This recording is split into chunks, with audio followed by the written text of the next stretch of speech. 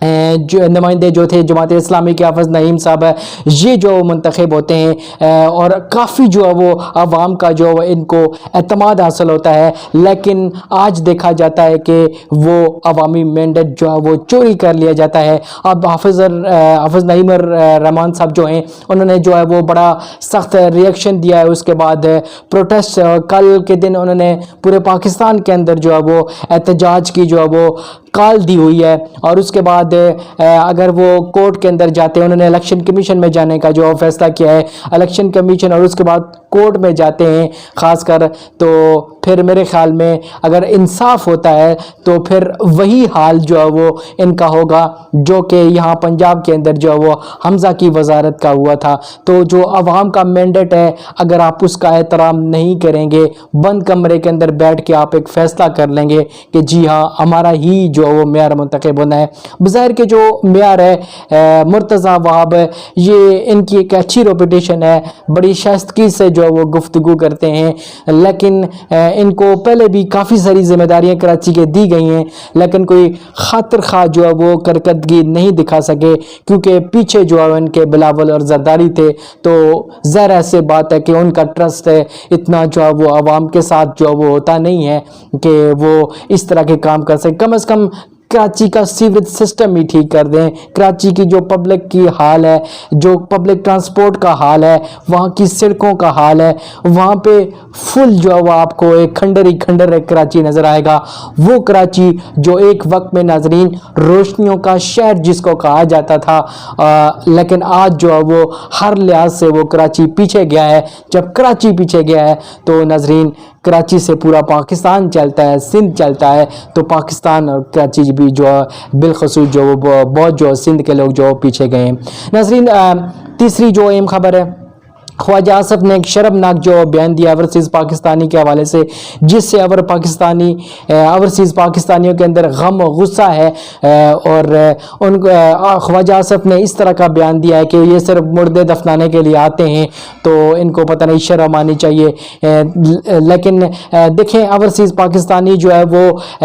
اس ملک کا یہ ملک جو ہے وہ چلاتے ہیں، ان کے پیسوں سے ان کے ڈالروں سے یہ ملک چلتا ہے، لیکن آپ وہ لوگ ہیں جن کو پاکستان کے اندر ہی عوام کا جو وہ اعتماد حاصل نہیں ہے، کوئی ٹکے کا آپ پر اعتبار کرنے کو تیار نہیں ہے، تو اوورسیز پاکستانی کیوں آپ کے حوالے پیسے کریں؟ ان کو پتہ ہے کہ یہ چند دن کے مہمان ہیں، اس کے بعد بوریا بستریا گول کر کے بھاگ جائیں گے، تو وہ آپ پر کیوں اعتبار کریں اور آپ پر اعتبار کر کے اپنے پیسے آپ کے حوالے کیوں کریں؟ تو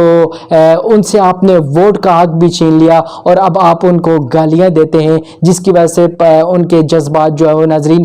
بری طرح جو مجروح ہیں۔ حالانکہ اوورسیز پاکستانی ناظرین جو ڈالر بیچتے ہیں، یہ اسٹیٹ بینک آف پاکستان کی ایک رپورٹ ہے، اس کی ویب سائٹ کے اوپر آپ جائیں گے ناظرین تو آپ کو پتہ چلے گا کہ خاص کر اس مئی کی جو اعداد و شمار ہے نا، وہ میں آپ کو بتا دیتا ہوں کہ کتنا اوورسیز پاکستانی اس ملک کی معیشت کو چلانے میں، اس ملک کو چلانے میں اہم کردار ادا کر رہے ہیں، اور ان کو کس طرح سے جو ہے وہ ان لوگوں کی جانب سے جو ہے وہ گالیاں دی جا رہی ہیں۔ لیکن دیکھیں کہ اسٹیٹ بینک آف پاکستان کی ویب سائٹ پہ آپ جاتے ہیں تو وہاں پہ جو اعداد و شمار ہیں اوورسیز پاکستانی جو پوری دنیا کے اندر پھیلے ہوئے ہیں، اور وہ بہت بہت ہی کوپریٹو ہیں، اور ان کی فیملیز جو ہے وہ یہاں ہیں، اور وہ ڈالروں کی صورت میں جو وہ پیسے یہاں بیچتے ہیں، اور جس کی وجہ سے یہ ملک ناظرین جو وہ بہت چلتا ہے۔ تو اوورسیز پاکستانیوں کو اہمیت جو دی تھی وہ طریق انصاف کے چیئرمین نے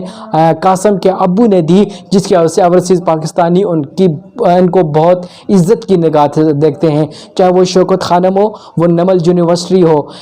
یہ جو ہیں یہ اوورسیز پاکستان کی وجہ سے چلتے ہیں، ان کی چیریٹی کی وجہ سے، ان کے تعاون کی وجہ سے جو ہے وہ یہ اتنے بڑے ادارے جو ہے وہ چلتے ہیں، اور پاکستان کی معیشت میں اوورسیز پاکستانی کا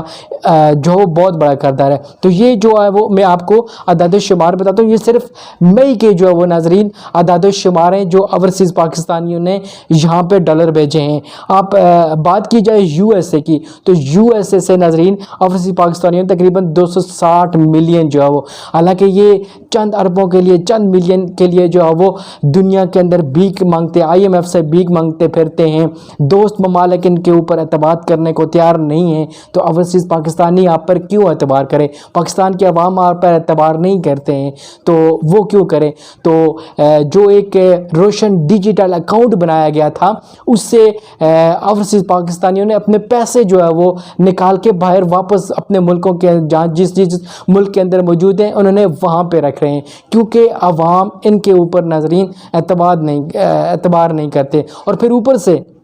بجائے اس کے کہ ان کا اعتماد حاصل کریں، ان کو اوپر سے اور جو ہے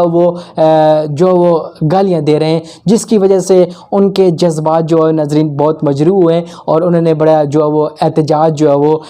ریکارڈ کیے ہیں۔ تو میں آپ کو اعداد و شمار بتا رہا تھا کہ یو ایس اے سے جو پاکستانیوں نے ڈالر بھیجے وہ 260 ملین ہے ناظرین، اس کے علاوہ یو کے سے 300، اس کے علاوہ ناظرین جرمنی ہو گئی ہے، فرانس ہو گئی ہے، جاپان، اٹلی، ڈنمارک، اس اسٹیٹ بینک آف پاکستان کی ویب سائٹ کے اوپر آپ دیکھیں تو لاکھوں ڈالر اوورسیز پاکستانی جو ہے وہ یہاں بیچتے ہیں، اور ان سے ان کا ووٹ کا حق بھی جو ہے وہ امپورٹڈ سرکار نے جو ہے وہ ناظرین جو وہ چھین لیا ہے، اور اب ان کو اس طرح کی باتیں کر کے جو ہے وہ ان کے دل دکھائے جاتے ہیں۔ حالانکہ اوورسیز پاکستانی وہ پاکستانی ہیں جن کا دل اپنے ملک کے لیے بہت دھڑکتا ہے، وہ بڑے بے چین ہوتے ہیں کہ ان کا ملک جو ہے وہ پیچھے رہ گیا ہے اور دنیا کہاں سے کہاں پہنچ گئی ہے، وہ اپنے ملک کو آگے بڑھتا ہوا، ترقی کرتا ہوا دیکھنا چاہتے ہیں، اور ان کی فیملیز جہاں موجود ہیں، ان کے بچے موجود ہیں، ان کے خاندان جہاں پہ موجود ہیں، تو جس مٹی میں انسان پیدا ہوتا ہے فطرتاً اس سے جو وہ بہت محبت ہوتی ہے، تو اوورسیز پاکستانی اپنے ملک سے بہت پیار کرتے ہیں۔ تو لہٰذا